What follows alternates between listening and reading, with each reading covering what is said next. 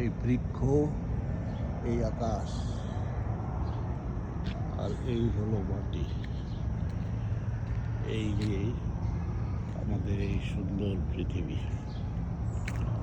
এই পৃথিবী কতদিন টিকে থাকবে আমি জানি না, তবে যতদিন পৃথিবী আছে,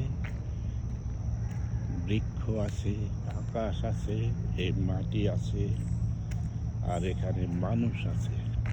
হয়তোবা একটা সময় আসবে যখন এই পৃথিবীর থেকে প্রাণী জগৎ মুছে যাবে, থাকবে শুধু আদিম পাথর এবং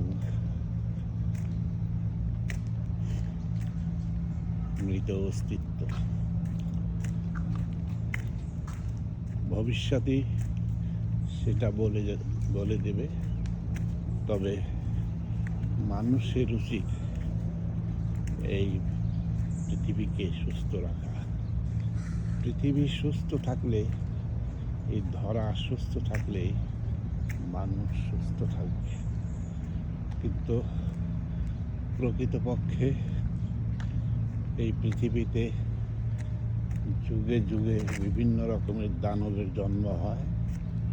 সেই দানব এই পৃথিবীকে ধ্বংস করে ফেলে, এবং সে দানব আমরা দেখছি ইদানিং তারা পৃথিবীর বিভিন্ন অংশে বোমা দিয়ে পৃথিবীকে ধ্বংস করার কার্যক্রম শুরু করে দিয়েছে।